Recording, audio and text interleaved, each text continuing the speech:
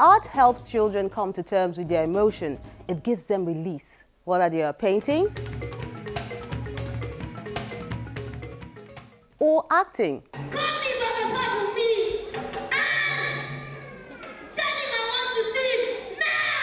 There is this air of freedom, comfort and healing the art brings, even in those formative years.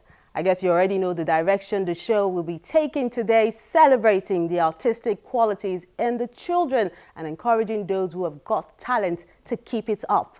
I'm Melinda Akinlami. Welcome to Arthouse.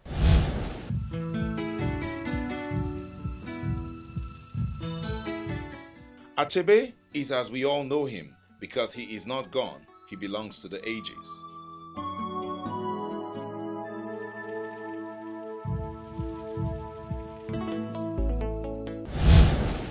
The creative industry is huge. It has put the continent on the spotlight, but it's important to ensure that the next generation is also encouraged to toe this path and even go further.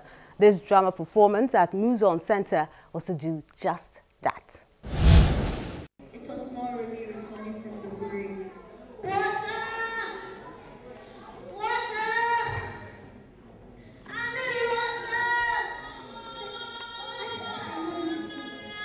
This story spells culture and history for the Yoruba people, one that has found its way to the Muson stage, interpreted by these young hands.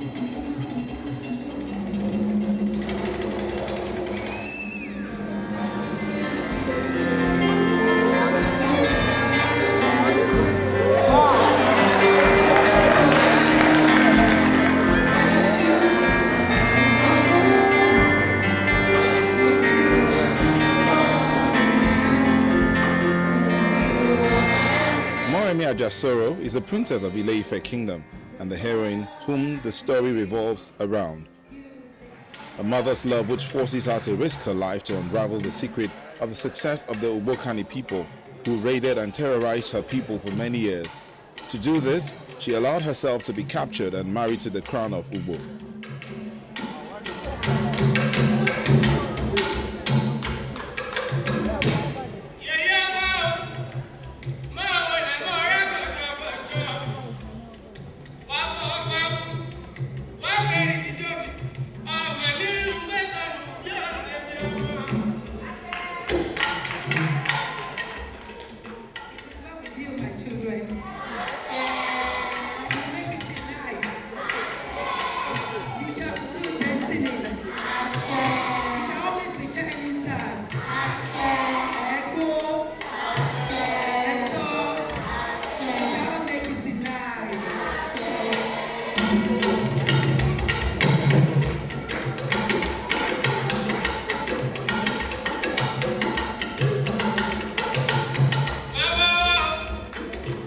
It may sound like a desperate move, but desperate times call for desperate measures. She was fed up. Ife was on its knees after many fierce raids by the tribe of Ugbo, who possessed some mysterious spars that gave them an edge during the fight.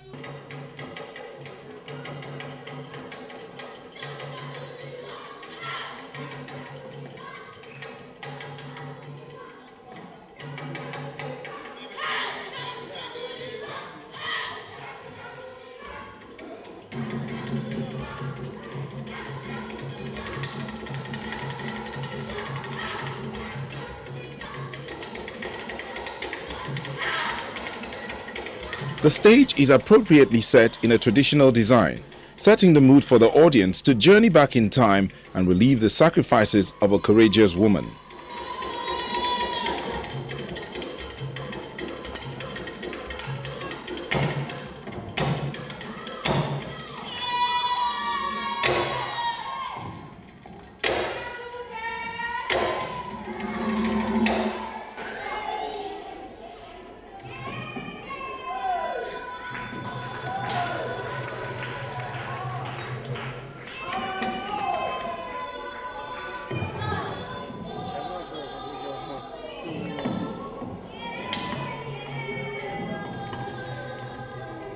It's a tale the children are able to comprehend and act out.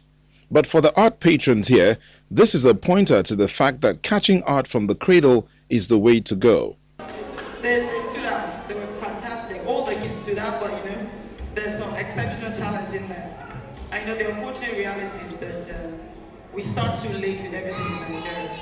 So if kids are trained from this very early age to act on stage, it builds confidence. You don't have stage fright, typically, if you start acting very early.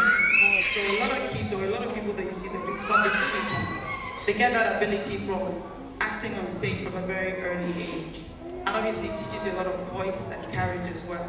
So it's something that I think you should all encourage in your children, and it's something that I think that Nigeria should also encourage as part of our curriculum. The process that brought today was working on Aloya with children, and the writer of Aloya, Professor Ojo, came with me, and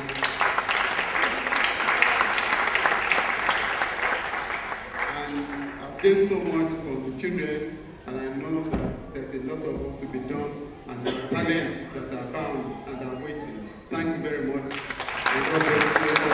And I want to thank the aunties and the musicians and the drummers too for adding to the quality of the production.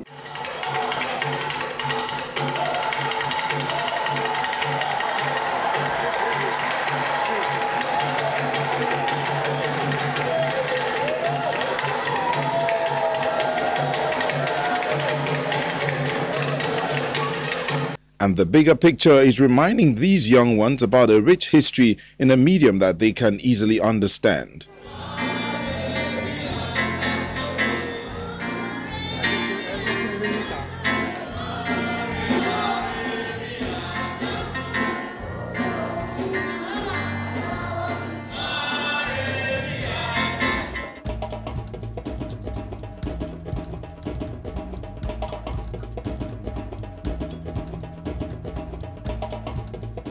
Always a delight to see them perform. Children are indeed an inspiration. Even great writers such as Professor Wole Soyinka just loves to be around them. You would think the Nobel laureate will be fascinated and more interested in their acting abilities, but no. He actually gets a kick from seeing them draw. Yes, visual arts. That's why the Vision of the Child project was incorporated into the Black Heritage Festival. For me, that says a lot. We'll explore this medium right after the break, so don't go anywhere.